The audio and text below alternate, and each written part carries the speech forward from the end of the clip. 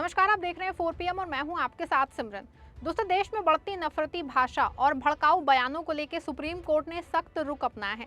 हालिया सुनवाई के दौरान अदालत ने स्पष्ट शब्दों में कहा है कि अभिव्यक्ति की स्वतंत्रता के नाम पे समाज में विभाजन फैलाने की अनुमति नहीं दी जा सकती। कोर्ट ने चिंता जताई है कि इस तरह के बयान सामाजिक सौहार्द और कानून व्यवस्था के लिए गंभीर चुनौती बनने जा रहे हैं। न्यायालय ने यह भी संकेत दिया है कि नफरती भाषण पे समय रहते प्रभावी कार्रवाई जरूरी है, ताकि लोकतांत्रिक मूल्यों और संवैधानिक मर्यादाओं की रक्षा हो सके। अदालत की टिप्पणी के बाद राजनीतिक हलकों में हलचल तेज हो गई है। वहीं अब सभी की निगाहें इस बात पर टिकी हैं कि संबंधित मामलों में आगे क्या क्या कदम उठाए जाते हैं और क्या इससे सार्वजनिक विमर्श की भाषा में बदलाव आएगा। बता दें आपको कि भारतीय जनता पार्टी नफरती भाषण देने के मामले में टॉप है। नफरती भाषण देने के मामले में चाहे मोदी, योगी, हेमंत बिस्वा शर्मा, गिरिराज सिंह सहित तमाम नेताओं ने रिकॉर्ड तोड़ दिए हैं। वहीं अब सुप्रीम कोर्ट के फैसले का भारतीय जनता पार्टी पे कोई असर पड़ेगा, क्योंकि बीजेपी नेताओं का जहरीला बयान देने का इतिहास रहा है। ये सबसे ज्यादा जहरीला बयान असम के मुख्यमंत्री हेमंत बिस्वा शर्मा देते रहे हैं, लेकिन कभी भी कोर्ट ने कोई एक्शन नहीं लिया। आपको बता दें कि बीजेपी के नेता चुनाव के समय ज्यादा नफरती भाषण देते हैं और टॉप पे हैं। बता दें आपको, भारत के सुप्रीम कोर्ट ने एक महत्वपूर्ण फैसले में स्पष्ट कर दिया है कि कोई भी व्यक्ति, चाहे वो सरकारी हो या गैर सरकारी, भाषण, मीम, कार्टून या किसी भी तरह की विजुअल कला के माध्यम से किसी समुदाय को बदनाम या अपमानित नहीं कर सकता। ये संविधान के खिलाफ है और ऐसा करना पूरी तरह से गलत माना जाएगा। कोर्ट ने विशेष रूप से मंत्रियों और उच्च संवैधानिक पदों पर बैठे लोगों को चेतावनी दी कि उन्हें धर्म, जाति, भाषा या क्षेत्र के आधार पर किसी समुदाय को निशाना नहीं बनाना चाहिए। ये टिप्पणी हाल ही में असम के मुख्यमंत्री हेमंत बिस्वा शर्मा के भाषण से जुड़े विवाद के संदर्भ में है और भी उचित हो जाती है। सुप्रीम कोर्ट ने शर्मा के खिलाफ हेट स्पीच की शिकायत वाली याचिकाओं पर सीधे सुनवाई करने से इनकार कर दिया है और याचिकाकर्ताओं को गुवाहाटी हाईकोर्ट जाने को कहा। जानकारी के मुताबिक ये फैसला 19 फरवरी को आया, जब कोर्ट एक नेटफ्लिक्स फिल्म के टाइटल से जुड़े मामले की सुनवाई कर रहा था। आप सबके भरोसे से हमने हमेशा मजबूत और सच्ची पत्रकारिता की है। चैनल को आप सबने सब्सक्राइब तो कर ही रखा है, हमारे चैनल को ज्वाइन भी कीजिए। हमारे चैनल के मेन पेज पे जाइए, जहां सब्सक्राइब लिखा होता है ठीक उसी के बगल में आपको ज्वाइन का विकल्प दिखेगा। ज्वाइन बटन पे क्लिक करके पेमेंट प्रोसेस पूरा होते ही आप हमारे सफर का मजबूत हिस्सा बन जाएंगे। वहीं ये सब एक पब्लिक इंटरेस्ट लिटिगेशन से शुरू हुआ है, जो नेटफ्लिक्स की फिल्म घूसखोर पंडित के टाइटल पे आपत्ति जताते हुए दाखिल की गई है। याचिकाकर्ताओं का कहना था कि पंडित शब्द ब्राह्मण समुदाय से जुड़ा है, जो पुजारी को दर्शाता है, और इसमें इसे घूसखोर, रिश्वतखोर के साथ जो है जोड़ना समुदाय को अपमानित करता है। जस्टिस उज्जवल भुयन और जस्टिस BV नागरत्ना की बेंच ने इस मामले की सुनवाई की। सुनवाई के दौरान फिल्म के निर्माताओं ने टाइटल बदलने और प्रमोशनल सामग्री से हटाने का इस पे सहमति जताई, जिसके बाद कोर्ट ने मामले को बंद कर दिया। लेकिन जस्टिस भुयान ने अलग से अपना फैसला लिखा। उन्होंने लिखा कि संविधान की मूल भावना पर जोर दिया और उन्होंने कहा कि अभिव्यक्ति की स्वतंत्रता महत्वपूर्ण है, लेकिन इसका इस्तेमाल किसी भी समुदाय को नीचा दिखाने के लिए नहीं किया जा सकता। उन्होंने संविधान की प्रस्तावना का जिक्र किया, जिसमें भाईचारे को बुनियादी उद्देश्य बताया गया है।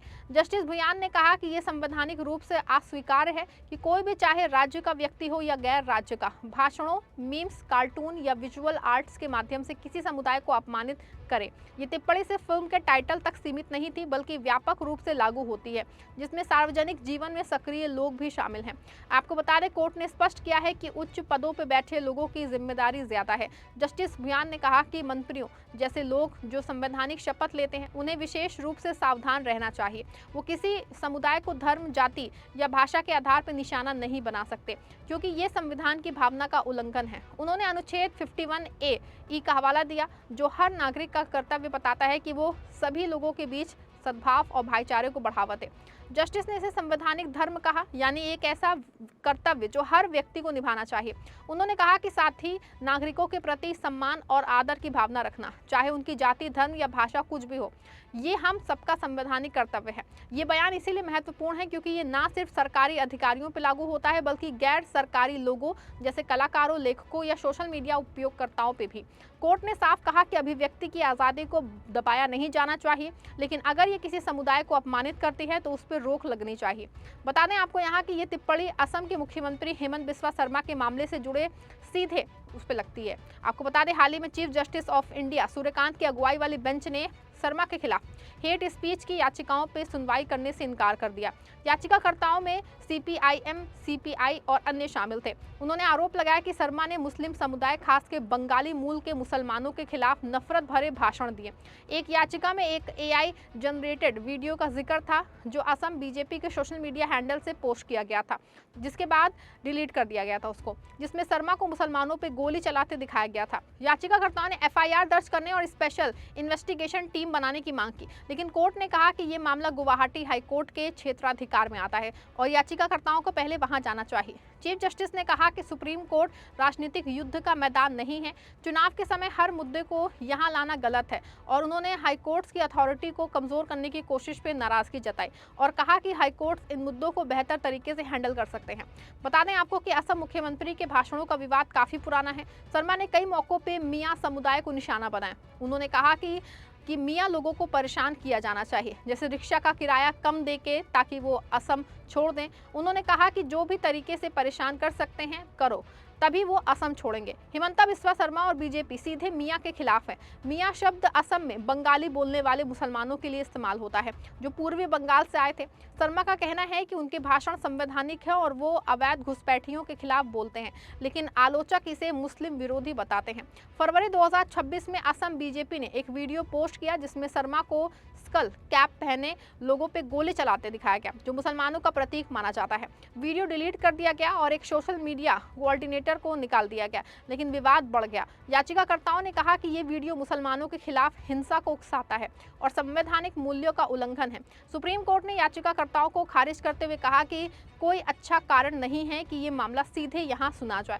चीफ जस्टिस सूर्यकांत ने कहा कि हाईकोर्ट संवैधानिक कोर्ट्स हैं और उनके पास हमसे ज्यादा पावर है।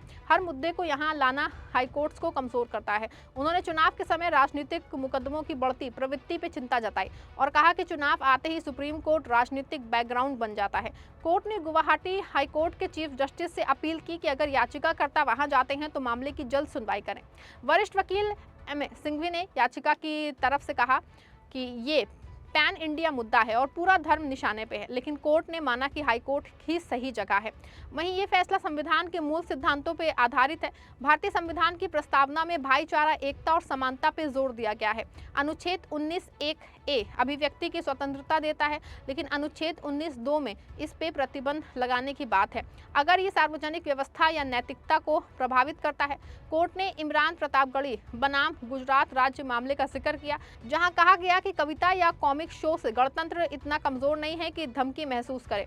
इसी तरह फिल्म टाइटल पे हस्तक्षेप में सावधानी बरतने की बात की, लेकिन हेट स्पीच के संदर्भ में कोर्ट ने अश्विनी कुमार उपाध्याय बनाम भारत संघ मामले का उल्लेख किया, जहां हेट स्पीच को कोर्ट की अवमानना माना गया और राज्य को स्वतः एफआईआर दर्ज करने का निर्देश दिया गया। जस्टिस भुयान ने कहा कि फिल्में और सैटायर लोकतंत्र के जरूरी है, लेकिन उन्हें समुदायों को अपमानित नहीं करना चाहिए। आपको यहाँ बता दें कि इस फैसले की प्रतिक्रियाएं मिली जुली हैं। विपक्षी पार्टियां जैसे कि सीपीआईएम और एसडीपीआई ने कोर्ट के फैसले पर चिंता जताई। एसडीपीआई ने कहा कि चुनाव के समय ये फैसला मुस्लिम विरोधी उकसावे को बढ़ावा दे सकता है। वहीं कई लोगों ने कोर्ट की निष्पक्षता पर सवाल उठाए और कहा कि असम सीएम को हर दिन हेट स्पीच करने की छूट क्यों है। वहीं कुछ ने कोर्ट के फैसले का समर्थन किया। भारत में हेट स्पीच की चुनाव के समय समस्या बढ़ रही है।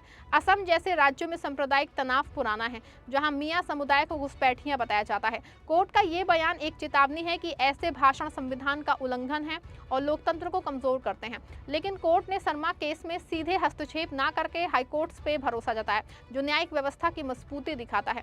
भविष्य में ये फैसला हेट स्पीच के खिलाफ मुकदमे का आधार बन सकता है। कुल मिलाकर सुप्रीम कोर्ट ने संदेश दिया कि आज़ादी का मतलब जिम्मेदारी से है और किसी समुदाय को बदनाम करना अस्वीकार्य है। इस खबर पर आपकी क्या राय है, कमेंट में जरूर बताइएगा। वीडियो को लाइक और शेयर करिएगा।